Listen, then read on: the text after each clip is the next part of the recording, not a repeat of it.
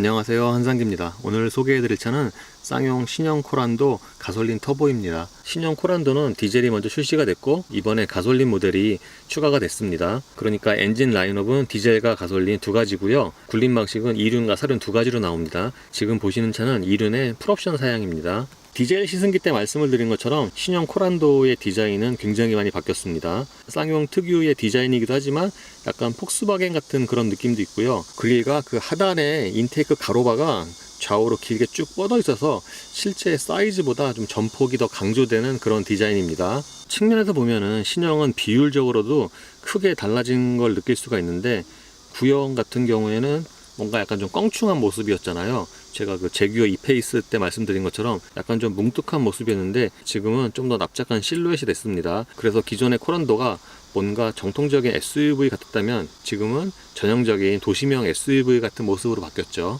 그리고 측면의 모습은 티볼리를 연상케 하는데 이게 짙은 색일 때보다는 좀 밝은 색일 때 좀 더 흡사해 보이는 것 같아요. 신형 코란도의 뒷모습은 지포 렉스턴을 연상케 하는 디자인 요소가 있죠. 트렁크에 엔진을 나타내는 배지는 붙지 않고요.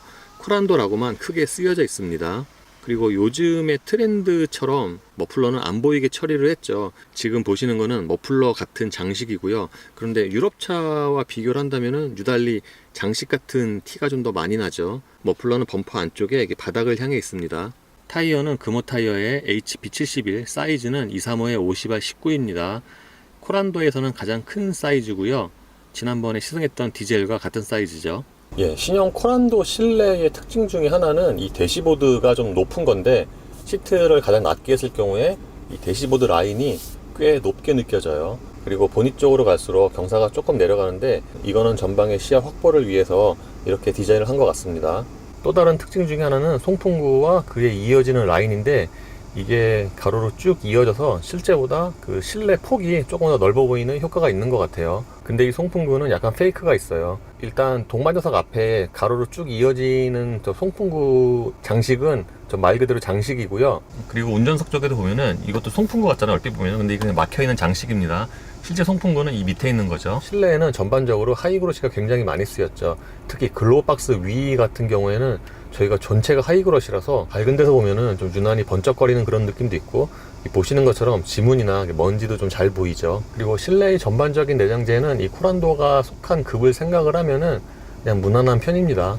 요즘 신차들과 비교해 보면은 이 모니터의 크기나 화질은 평범한 편이고요. 그리고 이 안쪽에 적용된 메뉴의 수는 그렇게 많지는 않습니다. 계기판에 좀 더 많은 거죠. 여기서 셋업으로 들어가면은 이런 메뉴가 나오고요. 그러니까 주행과 관련된 그런 메뉴들은 그 계기판 가운데에 있는 액정을 통해서 세팅을 할 수가 있어요. 공조장치는 꽤 직관적인 디자인이고 보시는 것처럼 별도의 액정도 마련이 되어 있습니다. 예전에 쌍용차 또는 구형과 비교를 해본다면 가장 좋아진 점이 이런 다이얼이나 버튼을 돌렸을 때의 그런 느낌 같아요. 예를 들어서 기존 같은 경우에는 이런 다이얼을 돌리면은 좀 유격도 많고 뭔가 좀 헐거운 그런 느낌이 났었는데 지금은 구형에 비하면은 훨씬 더 그 작동감이 좋아졌죠. 이렇게 만져보면은 유격이 거의 없죠. 보시는 것처럼 공조장치를 조작을 하면은 곧바로 이 모니터에 관련 정보가 표시가 됩니다.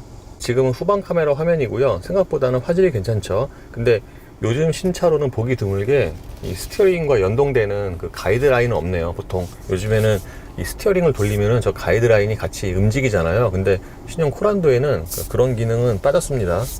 참고로 시승차에는 앞뒤 센서도 포함이 되어 있습니다. 공조장치 아래에는 시동 버튼과 시트 열선과 통풍 버튼이 마련이 되어 있고요. 이 통풍 열선 버튼 같은 경우에는 다른 버튼들에 비해서 조금 올드하죠. 그리고 기어랩 앞쪽에는 딱 핸드폰 하나 놓을 수 있는 이런 수납 공간이 마련이 되어 있습니다. 그리고 이 안쪽에는 USB와 C볼트 하나씩이 마련이 되어 있고요. 기어레버는 요즘 쌍용차에 공통적으로 쓰이고 있는 디자인이죠. 티볼리 때도 말씀을 드렸지만 이게 큰 차에 적용되면은 그래도 좀 어울릴 수 있겠지만 이게 작은 차 티볼리나 이 코란도에 적용이 되면은 뭔가 좀 투박하죠. 그리고 기어레버 주위에 빈 버튼이 있는 거는 좀 아쉬운 부분이죠. 기어레버 뒤에는 드라이브 모드 다이얼과 오토홀드 버튼이 있고요. 이 드라이브 모드는 노멀과 스포츠, 윈터 세 가지가 있고요. 이렇게 한 방향으로 돌려서 전환을 시키는 거죠. 센터 콘솔 박스의 용량은 차 크기를 생각을 해도 약간 좀 작지 않아 싶어요. 스티어링 휠의 사이즈는 차 크기 대비 약간 좀 크게 느껴지고요. 림의 두께는 위아래가 조금 달라요. 그러니까 우리가 주로 운전하면서 잡는 이 스포크 위쪽은 약간 좀 가늘고요. 이 밑에 쪽 거의 잘 안 닿는 부분 있잖아요. 여기는 좀 두껍습니다. 그리고 림의 중간에는 반 펀칭이 되어 있는데 손에 잡히는 감각이 그렇게 나쁘진 않습니다. 스포크 왼쪽에는 스티어링 휠 열선과 오디오, 음성인식, 오른쪽에는 크루즈 컨트롤과 트립 컴퓨터 버튼이 모여 있습니다. 티볼리처럼 실내에서 가장 디자인이 좋은 부분이 바로 계기판이죠. 구형에 비하면 디자인이 훨씬 더 예뻐졌죠. 지금 보시는 디자인은 눈에도 잘 들어오지만 이 안에서 보여지는 정보도 훨씬 많습니다. 이 계기판은 이렇게 디자인을 바꿀 수가 있죠. 티볼리 때도 말씀을 드렸지만 신형 코란도와 부분 변경된 티볼리에 적용된 이 계기판은 현대기아차의 몇몇 차종에서 보던 디자인이죠. 그러니까 K7, K9 그리고 2019년형 G70의 계기판 디자인과 매우 흡사하죠. 지금은 트립 컴퓨터 창이고요. 가장 마지막 메뉴에 들어가면은 주행 보조와 계기판 설정, 디스플레이, 차량 같은 여러 가지 설정을 자기가 선택을 할 수가 있습니다. 주행 보조 같은 경우에는 요즘 국내 소비자들이 많이 선호하는 그런 대부분의 사양들이 다 적용이 되어 있고요. 이게 전체적인 인터페이스가 사용하기 편하긴 한데 그 스포크에 뒤로 가기 버튼이 있으면 좀 더 편하지 않을까 싶습니다. 사운드에서 경고음 타입으로 들어가면은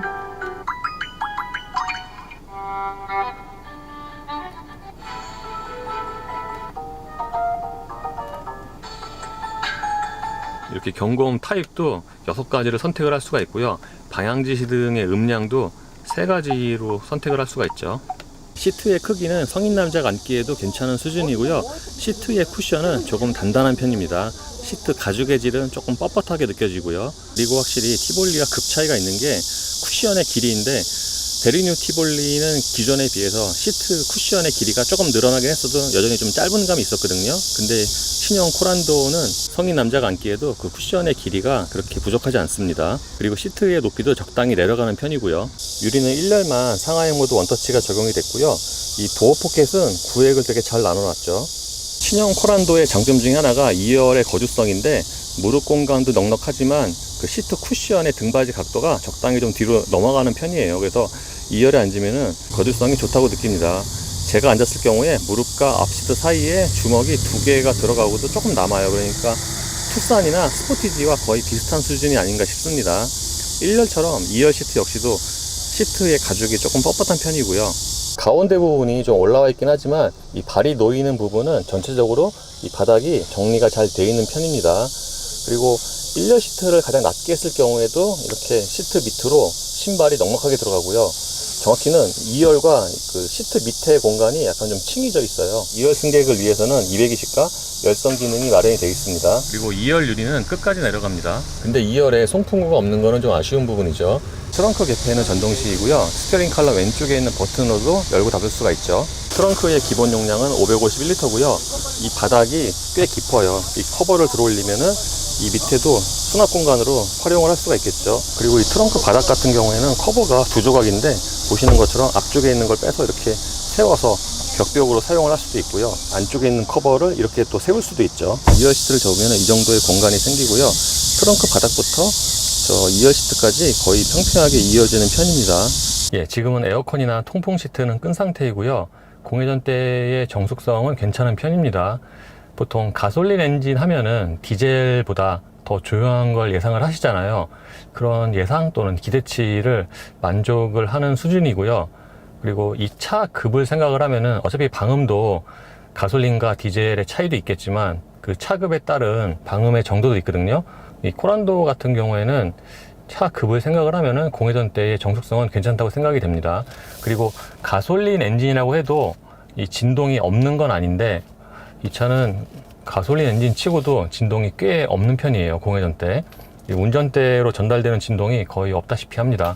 이 시트 역시도 마찬가지고 대부분의 경우 에어컨을 키면은 진동이 늘어나는데 이 신형 코란도는 에어컨 켜도 시트나 운전대로 전달되는 그 진동의 증가가 거의 없네요. 그러니까 에어컨 유무에 상관없이 진동이 적은 편입니다.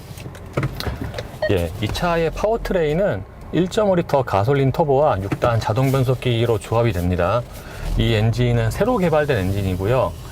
공회전 때는 정수성이 괜찮은데 일단 움직이면은 그와 비례해서 또는 그 이상으로 좀 소리가 커져요. 엔진 소리가. 그러니까 지금 같은 경우에는 회전수가 대략 2000rpm 이하 1700 정도 되는데 이때도 그 엔진이 회전하는 소리가 좀 실내로 들어오는 편입니다. 그리고 이따가 말씀을 드리려고 했는데 지금 소리가 나니까 저 대시보드 쪽에서 아까도 그랬고 지금도 이제 좀 간헐적으로 저기서 좀 잡소리가 생기죠. 대부분의 쌍용차 그렇듯이 주행에서의 가장 큰 약점은 변속기 같아요. 그러니까 엔진에 비해서 변속기의 성능이 좀 처지는 편인데 이게 예전에 비해서 좋아졌다고 해도 요즘 타는 신차들의 평균에 비하면은 그 전체적으로 작동 질감이나 반응이 좀 못하다고 생각이 돼요. 예를 들어서 이렇게 천천히 달리다가 조금 추월을 위해서 가속페달을 이렇게 밟잖아요. 그러면은 그 기어가 내려가는 속도가 한 템포 또는 반 템포 이상 느리죠. 밟았을 때 시간도 늦지만 좀 울컥하는 또 변속 충격도 있죠. 그리고 하체 소음 같은 경우에는 여기가 제가 항상 노면 소음을 체크를 하는 곳인데 생각보다는 좀 타이어 소음이 그렇게 많지는 않다고 생각이 돼요. 이 타이어 소음 역시도 차급에 따라서 그 하체의 방음을 얼마나 하냐에 따라서 그게 좀 달라지는데 이 차 같은 경우에는 대략 70이나 80 정도로 정속 주행을 하면은 타이어 소리가 좀 잔잔하게 들리죠. 이 타이어 소리가 볼륨이 그렇게 많지 않기도 하지만 그 음색 자체가 사실 그 타이어 노면 소음도 좀 음색이 있잖아요. 이거는 그렇게 부담스러운 그런 소리는 아니에요. 하체는 상하의 움직임은 적은데 그 댐핑은 좀 부드럽다고 생각이 됩니다. 그래서 이렇게 노면이 어느 정도 괜찮은 곳을 다닐 때는 좀 부드럽다고 느껴지는데 좀 거친 노면에서는 좀 직접적으로 좀 충격이 빨리 전해지기도 해요.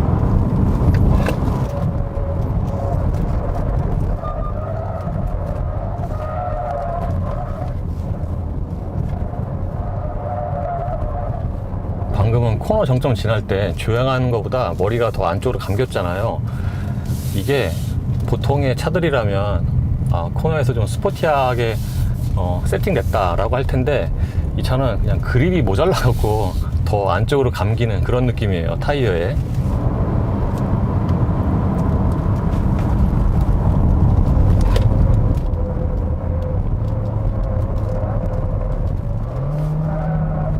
최근에 탔던 다른 차들과 비교를 해본다면은 저 동일한 코너에서 가장 보수적인 편에 속하지 않나 싶습니다. 왜냐하면은 전자장비가 조금 더 일찍 잡고요, 더 많이 잡고, 그리고 풀어주는 타이밍도 조금 늦고요. 요즘에 이 사이즈의 SUV를 타보면은 SUV이지만 예전과 달리 전자장비도 좀 스포티하게 세팅이 되고 그러는데 이 차는 그거보다는 좀 상대적으로 보수적이고 타이어의 그립도 일단 약하네요. 이 차의 동력 성능은 일상적으로 사용하기에는 충분한 수준인데 급가속을 해보면은 그 커지는 소리 대비해서 힘이 그렇게 강하게 나오진 않아요.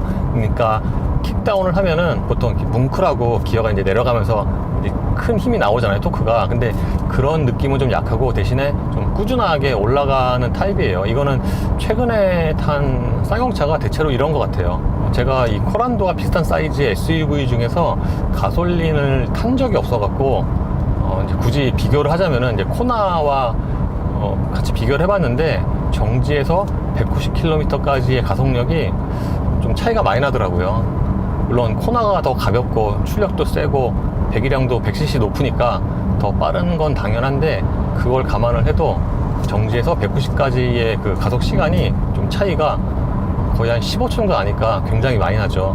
가속력은 조금 기대에 못 미치지만 정속 주행할 때 연비는 생각보다는 잘 나와요. 제가 항상 체크하는 거에서 시속 90km로 정속 주행을 하면은 순간 연비가 대략 리터당 한 20km 내외 20을 넘을 때가 좀 많고요. 그리고 시속 110km에서는 대략 한 리터당 12에서 13 정도 나오는데 다른 차들에 비하면은 시속 90과 110에서의 그 차이가 좀 큰 편이죠. 신형 코란도에도 차선 유지 장치가 적용이 되는데요. 이 정도의 코너에서도 중앙을 좀 잘 지키네요. 유지 시간이 그렇게 길진 않지만 어쨌든 차선 유지 성능은 괜찮은 편이고요. 그 일정 시간이 지나면은 방금 보신 것처럼 이렇게 삐삐하고 경고음이 울리죠. 그린도 뜨고 빨갛게. 여기는 차선이 양쪽이 흐려지는 곳인데요. 요즘 나온 차들 대부분 다 여기서도 잘 지키는데 방금 같이 차선이 뚜렷한 곳 대비해서는 그 스티어링을 보정하는 그 양이 좀 많네요. 그리고 핸들 잡으라는 경고도 좀 일찍 들어오고요.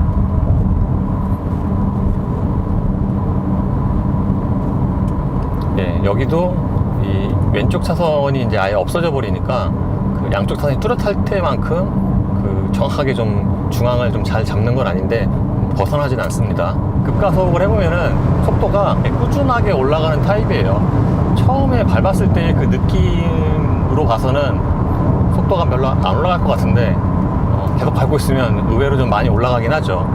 근데 순간적으로 좀 이렇게 치고 나가는 그런 힘은 인상적이진 않습니다. 그리고 엔진이 고회전으로 돌아갈 때 그 음색이나 질감은 부드러운 편이고요. 그 소리도 좀 이렇게 베이스 톤으로 좀 낮게 깔리죠. 드라이브 모드는 크게 노멀과 스포츠 두 가지가 있는데 다른 쌍용차들처럼 그 두 모드의 차이가 그렇게 크진 않아요. 쌍용차는 다른 차들도 스포츠 모드로 바꾸면은 노멀과 그렇게 큰 차이를 못 느끼는데 이 차 역시도 그렇긴 합니다. 보통 다른 브랜드의 차들은 노멀 모드에서 스포츠 모드로 바꾸면은 가속 페달의 초기 반응이 민감해지잖아요. 이 차도 조금 민감해지긴 하는데 그 차이가 그렇게 크지 않고, 그리고 스포츠 모드일 때도 가속 페달을 이렇게 밟으면은 그 변속기가 그 내려가는 그 타이밍이 그래도 늦어요. 스포츠 모드에서도. 그래서 주행에서는 다른 쌍용차들처럼 변속기가 가장 큰 약점이 아닌가 싶습니다. 그리고 이 차가 출력이 아주 센 게 아니잖아요. 근데 급가속할 때 보면은 약간 좀 토크 스티어 같은 그런 느낌이 전달이 되고요. 특히 스포츠 모드일 때는 이게 약간은 좀 더 심해지는 것 같아요. 그리고 스포츠 모드일 때 이제 가속을 하잖아요. 그러면은 조향할 때 그 느낌 자체가 좀 약간 어색해지죠. 이게 예전에 그 현대차들 좀 별로 안 좋았잖아요. 그 느낌과 조금 비슷합니다. 고속으로 주행 시 안정감은 직진할 때와 옆으로 움직일 때의 차이가 좀 있는 편입니다. 직진할 때는 안정감이 꽤 괜찮은 편이거든요. 이게 차가 뭐 붕붕 뜬다거나 그런 느낌도 적고, 타이어가 노면에 잘 안 붙어 있는구나 라는 그런 느낌도 별로 없고, 근데 옆으로 움직일 때, 예를 들어서 차선을 바꾸면은 그 직진할 때의 안정감 대비해서 좀 차이가 좀 많이 난다고 생각을 해요.